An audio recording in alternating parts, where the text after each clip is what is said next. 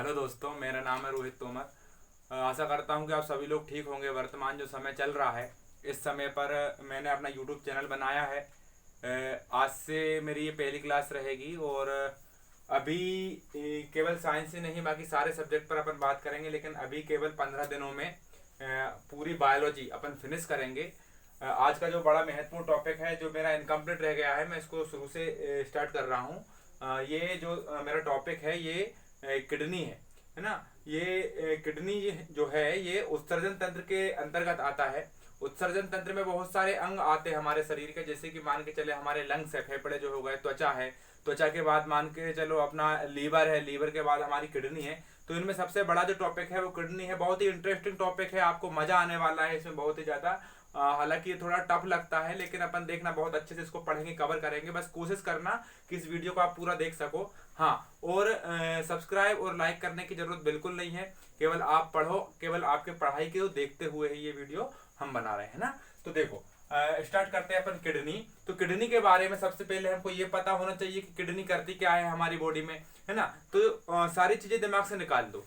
पहले तो ये बताओ, किडनी की संख्या कितनी होती है मानव के शरीर में? तो किडनी की संख्या कितनी होती है? दो।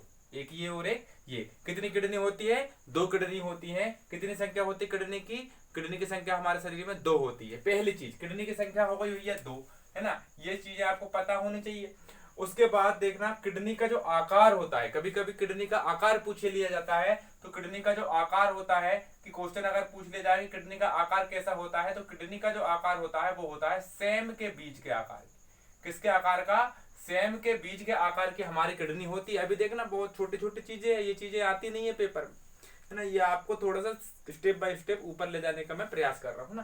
तो ये दो चीज तो आप याद रखो। आगे बहुत ही महत्वपूर्ण टॉपिक आएंगे, बहुत ही महत्वपूर्ण प्रश्न आने वाले हैं। तो पहले तो अपन चलते हैं कि भैया किडनी का काम कैसे चलता है, किडनी काम करती कैसी है ना। तो पहले अपन इसको मिटा देते हैं। सबसे पहले अब मैं स्टार्ट कर रहा हूँ, यहाँ से आप ध्यान देना, है ना। तो सबसे पहले बता दो जल्दी से कि आप खाना खाते हो।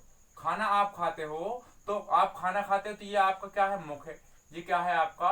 ये हो गया आपका मुख। तो ये आपका मुख है, आपने यहाँ से खाना खाया। खाना खाने के बाद ये जो खाना है आपकी इस भोजनली के माध्यम से नीचे आता है। और ये भोजनली के माध्यम से नीचे आता है, कहाँ पर आता है? तो ये कहाँ पर आता है? आपके पेट के अमाशय वाले हिस्से में आता है। कहाँ पर आ जाता है? अमाशय। ये आपको पता होना चाहिए। ये आपके शरीर का यहाँ पर क्या होता है? अमाशय होता है। ध्यान रखना, ये तो आपका अमाशय होगा। ये आपका यहाँ पर क्या रहता है? डायफ्राम रहता है। यहाँ पर क्या रहते हैं आपके? यहाँ पर क्या रहते हैं? जल्दी बता दो। ये क्या है? आपके फेफड़े होते हैं। यहीं पर बीच में क्या उपस्थित होता है? हृदय उपस्थित होता है। लेकिन खाना, यहाँ से आपने खाना खाया, ये खाना आया सीधा कहाँ पर? खाना आता है अमाशय में आता है। ये अमाशय के बाद ये क्या है? आपकी मुड़ी हुई ये नली क्या होती है? आगे जाकर मुड़ जाती है। इस नली को क्या कहा जाता है? इस नली को कहा जाता है पक्वाशय। और ये जो चीज मैं आपको बता रहा हूँ, ये पाचन तंत्र की है, आपको बेसिक बता दे रहा हूँ ना। तो ये जो नली है मुड़ी आकार की, ये क्या है? पक्वाशय। अब इस पक्वाशय से भोजन कहाँ उतरता है? नीचे उतरता है। और इस प्रकार से ये नली इस प्रकार से मुड़ जाती है। तो ये जब नली इस प्रकार से मुड़ती है, तो इस मुड़ी हुई नली को क्या कहा जाता है? तो इस मुड़ी हुई नली को कहा जाता है छोटी आंत। आपने नाम सुने होंगे, बचपन से ही आप नाम सुनते आ रहे होंगे कि छोटी आंत क्या है, बड़ी आंत क्या है, अमाशय क्या है, फेफड़े क्या है, मुख क्या है। तो देखो, सबसे पहले कि आपने खाना खाया, मुख से खाना खाया। मुख से खाना खाने के बाद ये खाना कहाँ पर आया? आपके पेट में अमाशय में आया। अमाशय में सबसे पहले खाना जाता है विद्यार्थियों, पहली चीज याद कर लेना। दूसरी चीज आप याद कर लेना कि खाना अमाशय में जब रुकता है जाकर,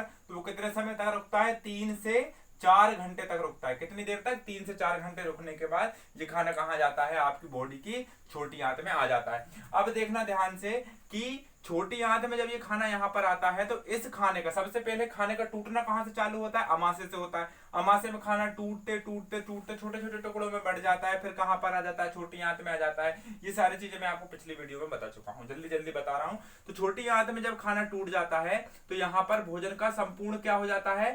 पाचन। तो छोटी आंत में पूरे भोजन का संपूर्ण पाचन हो चुका है। अब ये पाचन या ये पचित भोजन, क्या बोलेंगे इसको? पचित भोजन। यहाँ पर जब भोजन पच जाता है, तो पचा हुआ भोजन क्या कहलाता है? कायम कहलाता है। क्या कहलाता है? कायम। तो ये जो कायम रहेगा, इस कायम से या पचित भोजन से जो पोषक पदार्थ हैं, ये पोषक पदार्थ क्या कर लिए जाते हैं? तो ये कर लिए जाते हैं अवशोषित। क्या कर लिए जाते हैं? अवशोषित। तो ये जो हमने खाना खाया था उस खाने से हमारे भोजन में जो पोषक पदार्थ थे वो अवशोषित कर लिए गए, और उन पोषक पदार्थों को, किनको, उन पोषक पदार्थों को जो काय में थे, आपके पचित भोजन में थे, उस भोजन में जो पोषक पदार्थ थे वो पोषक पदार्थ किस में जाकर मिल जाते हैं, रक्त में जाकर मिल जाते हैं। अब वो पोषक पदार्थ जब रक्त में जाकर मिलेंगे तो उस रक्त में आप बताओ कई ऐसी हानिकारक चीजें भी होंगी जो हमारे शरीर के लिए क्या हो सकती है, हानिकारक हो सकती हैं। तो इस रक्त को पहले क्या करना पड़ेगा, फिल्टर करना पड़ेगा। लेकिन यहाँ पर जब इस भोजन का पाचन होता है तो उस समय क्या होता है कि इसके पास जो ऑक्सीजन होती है वो क्या हो जाती है, खर्च हो जाती है। एक सेकंड।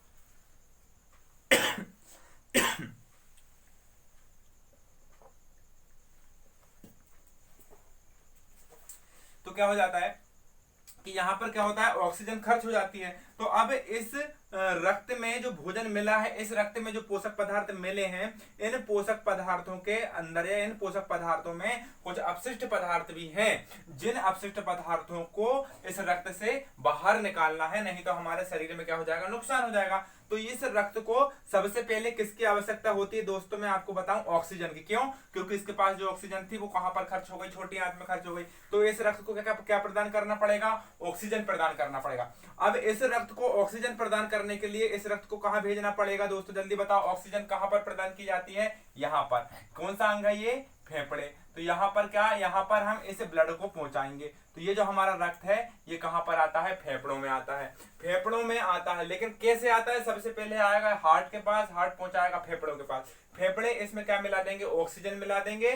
फिर ऑक्सीजन मिला देंगे, मैं आपको चित्र के माध्यम से स्पष्ट कर देता हूं कि ये क्या है आपका, ये आपका हार्ट है। तो ये आपका हार्ट कितने भागों में बटा रहता है, 4 भागों में बटा रहता है, दायां बायां, ये ना आपने सुना होगा। देखो ये भी क्लियर कर लेते हैं। ये वाला कौन सा वाला पार्ट है, बायां वाला पार्ट है कि दायां वाला, उल्टा हाथ है, उल्टे को क्या बोलते, बायां बोलते। तो यहाँ पर ये वाला कौन सा पार्ट है, बायां। तो ये वाला पार्ट कौन सा हो जाएगा, दायां हो जाएगा। क्लियर? ये वाला पार्ट कौन सा है, बायां। तो ये वाला कौन सा हो जाएगा, दायां हो जाएगा। अब ध्यान से समझना कि ये ऊपर वाला जो हिस्सा रहेगा ना हार्ट का, इसको हमेशा क्या बोलेंगे, आलिंद बोलेंगे। ऊपर वाला हिस्सा हमेशा आलिंद कहा जाता है, और नीचे वाला हिस्सा क्या कहा जाता है, इसे निलय कहा जाता है। क्या कहा जाता है, निलय कहा जाता है। तो याद रखना दोस्तों, सबसे पहले ये रक्त जो कहां से मिला, छोटी आंत से रक्त निकलकर कहां आता है, हृदय के इस पार्ट में आता है, इस पार्ट में आता है। कौन से वाले पार्ट में आता है, दायां आलिंद वाले पार्ट में आता है। दायां आलिंद वाले पार्ट में से आता है। फिर ये ब्लड कहां जाता है, तो फिर ये दायां निले वाले पार्ट के पास जाता है। दायां निले वाले हिस्से के पास जैसे ही ये अशुद्ध ब्लड पहुंचता है, ये दायां निले से, ये निले क्या होता है, पंप करता है जोर से, और ये ब्लड कहां पर पहुंच जाता है, फेफड़ों में पहुंच जाता है। फेफड़ों के पास क्या होती है, ऑक्सीजन होती है। क्या होती है फेफड़ों के पास, ऑक्सीजन। तो इस रक्त में फेफड़ों से क्या मिल जाती है, ऑक्सीजन मिल जाती है, और रक्त कैसा हो जाता है, शुद्ध हो जाता है। इतनी बात समझ में आई? कुछ नहीं पढ़ा, कुछ भी नहीं पढ़ा, सारी चीजें फिर से दिमाग से निकाल दो। देखो 1 सेकंड के अंदर आपने जो खाना खाया था उस खाने का पाचन कहां हुआ, छोटी आंत में हुआ। उस छोटी आंत में से जो पोषक पदार्थ मिले थे वो पोषक पदार्थ कहां पर जाकर मिल गए, रक्त में जाकर मिल गए। लेकिन उन पोषक पदार्थों में कुछ हानिकारक पदार्थ भी थे, उन हानिकारक पदार्थों को इस रक्त से बाहर निकालना है। तो सबसे पहले इस रक्त को क्या चाहिए, ऑक्सीजन चाहिए। ऑक्सीजन लेने के लिए ये ब्लड जाएगा कहां पर, हृदय में जाएगा, दायां आलिंद वाले पार्ट में जाएगा। दायां आलिंद वाले पार्ट से कहां आएगा, दायां निले में आएगा। दायां निले वाले पार्ट से फिर कहां जाएगा, फेफड़ों के पास जाएगा। फेफड़े इसमें क्या मिला देंगे, ऑक्सीजन मिला देंगे। यहां तक मैंने आपको बताया। अब यहां पर देखना भैया, फेफड़ों से ऑक्सीजन मिल चुकी है, किसको मिल चुकी है, ब्लड को मिल चुकी है ऑक्सीजन। और ये ब्लड फिर कहां आएगा, ये वाले हिस्से में आएगा। ये वाला हिस्सा का नाम क्या है, बायां आलिंद। तो बायां आलिंद में जैसे ही भैया ब्लड आता है, कौन सा ब्लड आता है, यहां पर कौन सा ब्लड आता है, जल्दी बता दो, कौन सा ब्लड आएगा, शुद्ध ब्लड आएगा। तो बायां आलिंद में शुद्ध ब्लड आता है। उसके बाद शुद्ध ब्लड यहां से उतरता है, कहां पर उतरता है, बायां निले के पास। बायां निले के पास से शुद्ध ब्लड आता है। अब ये बायां निले फिर जोर से पंप करता है, तो यहां से ये ब्लड कौन सी धमनी से जाता है, महाधमनी। कौन सी धमनी से जाता है, महाधमनी, जिसे डोर्सल एरोटा भी कहते हैं। एक सेकंड।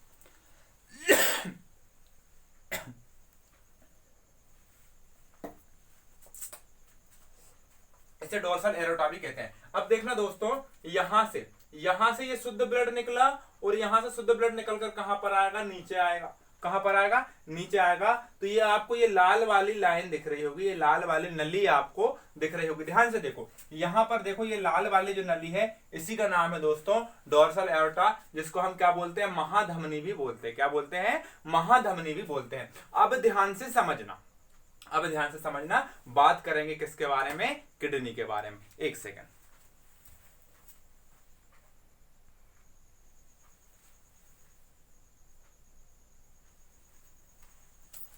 हाँ, तो दोस्तों हम कहां पर थे, अभी देखना, बहुत स्पीड से मैंने समझा दिया हो सकता है आपको नहीं भी समझ में आया हो, तो आप वीडियो को वापस लेकर जाना, एक बार फिर समझना, आपको समझ में जाएगा। यहां से आपको सारी चीजें समझ में आएगी, मैं बहुत ही स्लो पढ़ाऊंगा। यहां से देखो, वो ब्लड कहां पर आएगा, वो ब्लड कहां पर आएगा, यहां पर आएगा, और यहां से कहां पर जाएगा, जल्दी बता दो कहां पर जाएगा, कहां पर जाएगा, कहां पर जाएगा, किडनी में जाएगा। तो सबसे पहले किडनी के बारे में समझेंगे कि ये जो हमारे शरीर में किडनी होती है, इनकी संख्या कितनी होती है, 2 होती है। पहली चीज, हमारे शरीर में किडनी की संख्या 2 होती है। सारे सभी लोगों को पता होगा, 4 तो होती नहीं होगी। कई लोगों को मन होता होगा कि भैया 4 किडनी होती तो और अच्छा होता। अब ये मन क्यों होता है वो मैं बता नहीं सकता। तो देखो, शरीर में किडनी की संख्या कितनी हो गई, 2 हो गई, पहली चीज। दूसरी चीज, अगर किडनी का आकार पूछ ले तो कौन सा आकार बताओगे, सेम के बीज के आकार की होती है। हमारे शरीर में जो किडनी होती है वो सेम के बीज के आकार की होती है। अब तीसरी चीज, बहुत ही इंपॉर्टेंट चीज, कि भैया किडनी का वो कौन सा आवरण है, किडनी का वो कौन सा आवरण है जो किडनी को प्रोटेक्शन देता है या चोट लगने से बचाता है। तो दोस्तों मैं आपको बता दूं, बहुत ही इंपॉर्टेंट ये प्रश्न है कि किडनी किस झिल्ली से ढकी हुई होती है। तो जल्दी बता दो, कौन सी झिल्ली से ढकी होगी, बता रहा हूं, भूलने का नहीं, पेरिटोनियम। कौन सी झिल्ली से, पेरिटोनियम नाम की झिल्ली से हमारी किडनी ढकी होती है। पेरिटोनियम नाम की झिल्ली से हमारी किडनी ढकी होती है, ध्यान रखना, भूलना नहीं, नोट बनाते हुए चलना। पेरिटोनियम नाम की झिल्ली से हमारी किडनी ढकी हुई होती है, पहली चीज। दूसरी चीज, ये चोट लगने से बचाती है, ठीक है। अब तीसरी चीज हम पढ़ेंगे आने वाले लाइन में, हम तीसरी चीज पढ़ेंगे। भैया पहले तो आपको ये पता होना चाहिए किडनी होती कहाँ है। अरे शरीर में होती है, शरीर में कहां पर होती है, पेट में होती है। पेट में होती है क्या, नहीं, पेट में नहीं होती है, पेट से अलग होती है। क्या होता है कि हमारा सामने का जो पेट होता है, इसके पीछे वाले, पेट के पीछे वाले हिस्से में, आपको रीढ़ की हड्डी के बारे में मालूम होगा, जो रीढ़ की हड्डी जो पीछे से गई हुई होती है, रीढ़ की हड्डी से लगे लगाए पीछे, रीढ़ की हड्डी से चिपकी हुई अवस्था में होती है, पीछे संख्या में 2 होती है, पेट के जस्ट पीछे वाले पार्ट में होती है, ठीक है ना। संख्या कितनी होती है इसकी, 2 होती है। अब अगर आपसे ये क्वेश्चन आते नहीं है यहां से, लेकिन मैं आपको बता दूं कि अगर आपसे पूछ लिया जाए कि भैया आप ये बताओ कि किडनी की लंबाई कितनी होती है, कितनी होती है किडनी की लंबाई, बताओ, 4 से 5 इंच। सीधी सी बात, कितने इंच, 4 से लेकर 5 इंच तक किडनी की क्या होती है, लंबाई होती है, पहली चीज। तो भैया उसकी चौड़ाई कितनी होती है, किडनी की चौड़ाई कितनी होती है, तो किडनी की चौड़ाई अगर बात करें तो इसकी चौड़ाई कितनी होती है, 2 इंच। तो किडनी की चौड़ाई कितनी होती है, 2 इंच, ठीक। तो लंबाई हो गई 4 से 5 इंच, 2 इंच क्या हो गई चौड़ाई। मोटाई की अगर पूछ लिया जाए तो कितनी होती है, 1.5 इंच। कितने इंच होती है, 1.5 इंच क्या होती है, इसकी मोटाई होती है। ये चीजें क्वेश्चन में आती नहीं है, लेकिन आपको सुविधा की दृष्टि से मैं बता रहा हूं। और एक बात कि ग्रुप डी वगैरह पेपर के लिए इतना डीपली आपको पढ़ने की आवश्यकता नहीं है, लेकिन बाकी सारी चीजें है ना, बाकी सारी चीजें जो आपको पता होनी चाहिए एनटीपीसी की अगर आप तैयारी कर रहे हो तो ये आपको बहुत ही अच्छा फायदेमंद रहेगा। अगर अपन आगे की बात करें कि ये तो हो गई भैया इसकी स्थिति अपन ने बता दी, सेम के बीच के आकार की होती है वो भी अपन ने देख लिया। 4 से 5 इंच लंबी होती है, 2 इंच चौड़ी होती है, 1.5 इंच मोटी होती है, ये भी अपन ने देख लिया। लेकिन एक बहुत ही महत्वपूर्ण क्वेश्चन जो ग्रुप डी के लिए बहुत ही महत्वपूर्ण है कि किडनी का वजन, किडनी का वजन कितना होता है। तो किडनी का वजन बता देना विद्यार्थियों, 140 ग्राम। कितने ग्राम होता है किडनी का वजन, 140 ग्राम होता है। अगली चीज बहुत ही इंपॉर्टेंट कि आपको पता होना चाहिए, किडनी में एक बीमारी होती है जिसका नाम क्या है, पथरी। क्या नाम है, पथरी। पथरी नाम की जो बीमारी होती है वो किस में होती है, किडनी में होती है। और इस पथरी नाम की जो बीमारी है, ये पथरी किसकी बनी होती है, इस पथरी के बारे में आपको डिटेल में बताऊंगा कभी बाद में। पहले तो अभी समय कम है इसलिए जल्दी जल्दी देख लेते हैं। जो पथरी होती है वो बनी होती है कैल्शियम ऑक्सलेट की। किसकी बनी होती है, कैल्शियम ऑक्सलेट की। क्वेश्चन आ चुका है, मजाक में मत लेना, नोट कर लेना। कैल्शियम ऑक्सलेट की, कैल्शियम ऑक्सलेट की हमारी पथरी बनी होती है। जिस व्यक्ति को ये बीमारी होती है, बहुत ही खतरनाक बीमारी होती है, इसके बारे में अपन चर्चा करेंगे बाद में आने वाले समय में, ठीक है। अब आपसे अगला क्वेश्चन पूछ लिया जाए कि भैया, अगला क्वेश्चन पूछ लिया जाए, बहुत ही महत्वपूर्ण क्वेश्चन, कि हमारा जो यूरिया होता है, हमारा जो मूत्र होता है, इसका पीएच मान कितना होता है? कितना होता है पीएच मान? जल्दी बता दो, आपको पता होना चाहिए, दिमाग पे जोर डालो। कितना होता है पीएच मान? मैंने आपको याद भी करा चुका हूं, खासकर डार्सी के स्टूडेंट सारे। पीएच मान कितना होता है? 6। यूरिया या मूत्र का जो पीएच मान होता है वो कितना होता है विद्यार्थियों? 6। तो इतनी सारी चीजें आपको याद होनी चाहिए। इन चीजों पे मैं आपको रिवीजन नहीं कराऊंगा, मेरे पास समय कम है। तो अब देखो, मैंने आपको बताया कि डोर्सल एरोटा से या डोर्सल एरोटा से ये ब्लड कहां पर आ गया?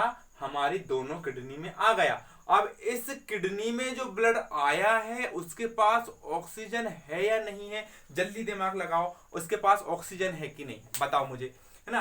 तो ये डोर्सल एरोटा से ये धमनी है कि सिरा है? तो याद रखना विद्यार्थियों, धमनी और सिरा में बहुत अंतर होता है। देखना, धमनी और सिरा के बारे में आपको बता दूं कि ये जो धमनी होती है इसका रंग होता है लाल। कैसा होता है? लाल। और जो सिराएं होती हैं इसका रंग कैसा होता है? ये क्वेश्चन का आंसर आप मुझे कमेंट बॉक्स में देंगे। नेक्स्ट वीडियो में मैं इसका आंसर आपको दूंगा। क्या अभी बताऊं? अभी नहीं बताऊं। धमनी का रंग लाल होता है, सिराओं का रंग कैसा होता है आपको बताना है, पहली चीज। दूसरी चीज इनके बारे में बता दूं कि धमनियां जो रहती हैं शरीर में गहराई में उपस्थित होती हैं। ये शरीर में गहराई में उपस्थित नहीं होती है, ऊपर ही उपस्थित होती है, बाहर से ही, ये देखना, बाहर से ही ये दिखाई देती हैं। यहीं से इसका कलर देख के आप बता देना, है ना, ठीक। अब तीसरी चीज मैं आपको एक बात बताऊं कि एक क्वेश्चन आ चुका है, ध्यान रखना पेपर में, कि धमनियां मृत्यु होने पर खाली हो जाती हैं क्या? क्या जब इंसान की मृत्यु होती है तब धमनियां खाली हो जाती हैं क्या? बताओ। हाँ, जब इंसान की मृत्यु होती है तो धमनियां कैसी हो जाती हैं? खाली। ध्यान रखना, ये बहुत इंपॉर्टेंट टॉपिक है, बहुत ही इंपॉर्टेंट टॉपिक है। यहां से बहुत सारे क्वेश्चन बनते हैं और ऐसे ही इंटरेस्ट के साथ पढ़ते रहो, आगे मेरे साथ चलते रहो, बाकी सारी चीजें मैं आपको क्लियर करूंगा धीरे धीरे। इतनी चीज आपको समझ में आनी चाहिए, आप बहुत इंटेलिजेंट लोग हो, है ना। तो देखो, अब यहां से अपन आगे चलते हैं कि ये जो ब्लड आया इस किडनी में भी गया होगा, इस किडनी में भी गया होगा। अब ये किडनी में ब्लड आया क्यों? कि मैंने आपको अभी बताया था कि जो आपने भोजन खाया था उस भोजन में कुछ हानिकारक पदार्थ थे जो ब्लड में मिल गए, उस ब्लड से उन हानिकारक पदार्थों को बाहर निकालना है भाई। इसीलिए हमको किडनी में उस ब्लड को लाना पड़ेगा।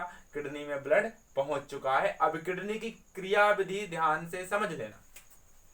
देखो, ध्यान से देखो कि ये किडनी है ना, ये किडनी है, ये वाली जो किडनी है इस प्रकार से, ये इस चित्र को ऐसे ही कैसा उठा के मैंने यहां पर लेकर गया। ये जो आप चित्र देख रहे हो, ये चित्र पूरा का पूरा इसके अंदर की संरचनाओं का है। देखो, यहां से मैं आपको समझाने का प्रयास करूंगा। मैं यहां पर इस प्रकार की एक किडनी बना देता हूं विद्यार्थियों आपके लिए। तो देखो, ध्यान से समझना कि यहां पर सबसे पहले किडनी के दो भाग होते हैं। कितने भाग होते हैं? दो भाग होते हैं। एक तो कॉर्टेक्स और दूसरा कौन सा? मेडुला। याद रखना विद्यार्थियों, बहुत ही ज्यादा, कुल मिला के इसके ऊपर आप स्टार बना लेना कि किडनी के दो भाग होते हैं, एक तो कॉर्टेक्स और एक कौन सा? मेडुला। तो देखना, यहां से मैं इस प्रकार से किडनी को डिवाइड कर देता हूं। कर दिया डिवाइड। तो ये वाला जो एरिया है, ये वाला जो एरिया है, ये वाला जो एरिया है, ये क्या कहलाएगा विद्यार्थियों? कॉर्टेक्स। और ये अंदर वाला जो एरिया है विद्यार्थियों, ये क्या कहलाएगा? मेड्यूला। क्लियर? इतनी चीज आपको समझ में आई? क्यों कहलाएगा वो भी हम देख लेते हैं। ठीक है भैया, वो भी हम देख लेते हैं। एक सेकंड में इसको मिटा देता हूं। देखो, कॉर्टेक्स और मेडुला क्यों बोला, बहुत ही आसान है, अभी समझ में आएगा। देखो, कोई ज्यादा घबराने की जरूरत नहीं है। कुल मिला के हमारी जो किडनी होती है, किडनी में आपको बस शब्द याद रखना पड़ेगा, शब्द को आपको याद रखना पड़ेगा। और ये जो किडनी होती है, इस किडनी में क्या होता है, ध्यान से समझना कि इस प्रकार की एक संरचना होती है, एक नहीं इसकी संख्या होती है कम से कम 9, ज्यादा से ज्यादा कितनी, 18। कम से कम 9, ज्यादा से ज्यादा कितनी, 18। देखो 3 4 5 6 7 8 9, तो मैंने 9 संख्या बना दी। अच्छा, इन संख्याओं को बोलेंगे क्या, तो इनको बोला जाता है दोस्तों, नाम याद रख लेना दोस्तों, नाम मत भूल जाना, रीनल पिरामिड। क्या बोलेंगे, रीनल पिरामिड। तो रीनल पिरामिडों की संख्या किडनी में कितनी होती है, क्वेश्चन आ चुका है, ध्यान रखना। तो कितनी होती है, 9 से 18 के बीच में होती है। कितनी होती है, 9 से 18 के बीच में होती है। किडनी का वजन कितना होता है, जल्दी बताओ, क्वेश्चन पूछूंगा। किडनी का वजन कितना ग्राम होता है, 140 ग्राम। ठीक है, अब देखना, रीनल जो पिरामिड होते हैं, रीनल पिरामिडों की संख्या कितनी होती है, कम से कम 9, ज्यादा से ज्यादा 18। अब ये जो रीनल पिरामिड होते हैं, इनका गेम समझना है, इनका खेल समझना क्या होता है, देखना। ये बेसिक बेसिक बनाने वाले हैं अपन, देखना। 1 2 3, 3 रीनल पिरामिडों को हम मिला सकते हैं इस प्रकार से। मिला दिया कि नहीं मिला दिया, ऐसे ही 1 2 1 2 1 2, ये मिला दिया कि नहीं मिला दिया। देखो संरचना बन रही है कि नहीं बन रही है, बन रही है। ऐसी कैसी संरचना बन गई कि नहीं बन गई, बन गई भैया, ठीक है, बन रही है, बहुत खूब, ठीक है, बन रही है संरचना। तो देखो ध्यान से समझना कि इस प्रकार से ये संरचना आप देख रहे हो, है ना।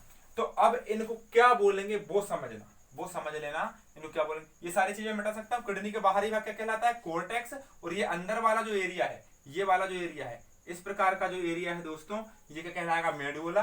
और ये जो बाहर वाला एरिया है, ये क्या कहलाएगा, कोर्टेक्स कहलाएगा। क्या कहलाएगा, कोर्टेक्स कहलाएगा। ठीक है, कोर्टेक्स बोल देंगे अपन इसको।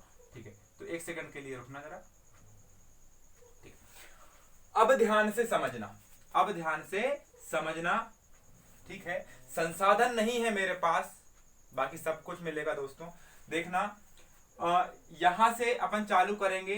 ये वाला जो एरिया है, सबसे पहले ये इस प्रकार की जो आपको निप्पल दिख रही है, ये निप्पल इस प्रकार से देखो, इस प्रकार से ये निप्पल आपको दिख रही है। ये निप्पल में क्या होता है दोस्तों, कि जो यूरिया रहता है, जो यूरिन रहता है, ये इन निप्पलों से ही बूंद बूंद करके यहां से ऐसे करके यहां से निकल के और कहां पर जाता है, मूत्राशय में जाता है। समझ में आया। देखो फिर से समझो कि ये वाला निप्पल के आकार का साइज, ये वाला निप्पल के आकार का साइज, ये निप्पल के आकार के साइज से यूरिन निकलकर कहां पर जाता है, इस पाइप से इस मूत्राशय वाले भाग में जाता है। बहुत अच्छे से समझ में आ रहा होगा आपको, है ना। तो इस निप्पल को क्या बोलेंगे दोस्तों, जल्दी बता दो। इस निप्पल को आपको अगर नहीं पता है तो नोट कर लेना, इस निप्पल को बोलेंगे रीनल पेपिला। क्या बोलेंगे, रीनल पेपिला। देखो दोस्तों ध्यान से, इसको मैंने क्या बोला, ये रीनल पेपिला, ये लिखा होगा, लिखा है कि नहीं लिखा, जल्दी बताओ। ये निप्पल का जो आकार है दोस्तों, इस निप्पल को मैंने क्या बोल दिया, रीनल पेपिला। चलो ठीक है, ये निप्पल को रीनल पेपिला क्यों बोला, इसलिए बोला कि भैया इस निप्पल से ही यूरिन बूंद बूंद करके कहां पर जाता है, हमारे मूत्राशय वाले पार्ट में जाता है। 1 सेकंड हो जाइए।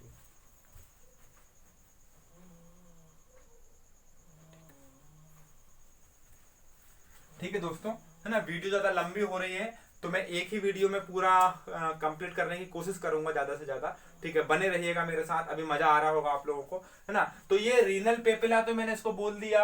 अब देखना, रीनल पेपिला मैंने इसको बोल दिया, इनकी संख्याओं क्या बोल दिया मैंने, रीनल पिरामिड मैंने इनको बोल दिया। ठीक है, अब देखना दोस्तों, ये वाला जो एरिया है, ये वाला जो एरिया है, ये वाला जो एरिया है, ये वाला जो एरिया है, इनके अंदर का जो एरिया है ना दोस्तों, ये वाला जो आपको अंदर का जो एरिया दिख रहा होगा, इस एरिया को कहा जाता है, इस एरिया को क्या कहा जाता है दोस्तों, इस मेडुला का मिटा रहा हूं मैं, इस एरिया को कहा जाता है दोस्तों माइनर कैलिक्स। क्या कहा जाता है, माइनर कैलिक्स, है ना। आपको पहली बार में याद नहीं होगा, दूसरी बार मेरी वीडियो को देखने की आवश्यकता बिल्कुल नहीं है, शेयर करने की आवश्यकता नहीं है, सब्सक्राइब करने की आवश्यकता नहीं है, बस आप नोट कर लेना, केवल जो कुछ है आपके लिए है, आप नोट कर लेना और नोट करने के बाद इसको एक बार पढ़ लेना। माइनर कैलेक्स मैंने इसको बोल दिया, ठीक है। उसके बाद आप थोड़ा सा नीचे उतरोगे, तो नीचे उतर के आपको ये वाला जो एरिया दिखेगा, तो इस एरिया को क्या कहेंगे, रीनल। अपन ने इसको क्या बोला, माइनर कैलेक्स, तो इसको क्या बोल लेंगे, मेजर कैलेक्स। क्या बोल लेंगे, मेजर कैलेक्स। तो ठीक है, माइनर कैलेक्स हो गया, मेजर कैलेक्स हो गया, तो भैया ये वाला इलाका क्या कहलाएगा, ये वाला इलाका क्या कहलाएगा दोस्तों, तो याद रखना बहुत ही इंपॉर्टेंट है, ये वाला इलाका कहलाएगा रीनल पेल्विस। क्या कहलाएगा, रीनल पेल्विस। ठीक है, 3 नाम बताए मैंने आपको, केवल कितने, 3। पहला कौन सा, ये निप्पल, ये निप्पल जहां से यूरिन बूंद बूंद करके गिरता है, इस निप्पल को क्या बोला, रीनल पेपिला। ठीक है भैया। दूसरा ये डब्बे वाला जो आकार है अंदर का, इसको क्या बोला, माइनर कैलेक्स। तीसरी चीज ये वाला जो इलाका है, इसको क्या बोला, ये माइनर है तो ये कैसा है, मेजर कैलेक्स। कैलेक्स बराबर ये माइनर कैलेक्स और मेजर कैलेक्स। ठीक है, और ये वाला जो आपका एरिया है, इस एरिया को मैंने क्या बोला, रीनल पेल्विस। बात यहां पर हो जाती है दोस्तों खत्म, पूरी तरीके से खत्म हो जाती है दोस्तों। अब याद रखना विद्यार्थियों, बहुत ही महत्वपूर्ण चीज कि यहाँ पर बहुत ही महत्वपूर्ण क्वेश्चन बता रहा हूं कि यहाँ पर इस प्रकार से ये वृक्क का जो उभरा हुआ जो तल है, ये धसा हुआ जो आप तल देख रहे हो, ये धसा हुआ जो तल आप देख रहे हो, ये तल क्या कहलाता है, क्वेश्चन आ चुका है, किडनी का धसा हुआ अंदर की तरफ वाला भाग क्या कहलाता है, याद रखना दोस्तों, ये कहलाता है हाइलम। क्या कहलाता है दोस्तों, हाइलम कहलाता है। इस वीडियो में जो जो बात मैं कर रहा हूं, पूरी बातों को आप अपनी कॉपी में लिखना, क्वेश्चन अगर बाहर से जाए तो देख लेना। हाइलम कहलाता है इसके अंदर का, और पीएससी का मैंने कोशिश करी है कि कम से कम पीएससी के क्वेश्चन तक अपन जा सके। हालांकि आपका एनटीपीसी ग्रुप डी इसमें पूरा कवर हो जाएगा, है ना। एनसीईआरटी की बुक से अपन पढ़ रहे हैं, कोई टेंशन वाली बात नहीं है। तो ये हो जाएगा अपना हाइलम। तो ये हाइलम क्या है, तो किडनी का धसा हुआ भाग क्या कहलाएगा, हाइलम कहलाएगा। ठीक है, अब हाइलम तो अपन ने बोल दिया, अब हाइलम अपन ने बोल दिया है। अब देखना कि ये जो यूरिन बाहर निकल रहा था, ये यूरिन बाहर निकल रहा था, कैसे निकल रहा था। सर हमने सुना है किडनी के अंदर एक बहुत ही खतरनाक संरचना होती है जिसका नाम है नेफ्रॉन। वो नेफ्रॉन के बारे में आपने बताया नहीं, पूरी किडनी आपने समझा दी। तो आप हमको बताओ कि नेफ्रॉन कहां पर होता है, नेफ्रॉन कहां पर होता है। ठीक है, इसके लिए मैं आपको फिर से चित्र बनाऊंगा, 1 सेकंड वीडियो को पुश करना पड़ेगा।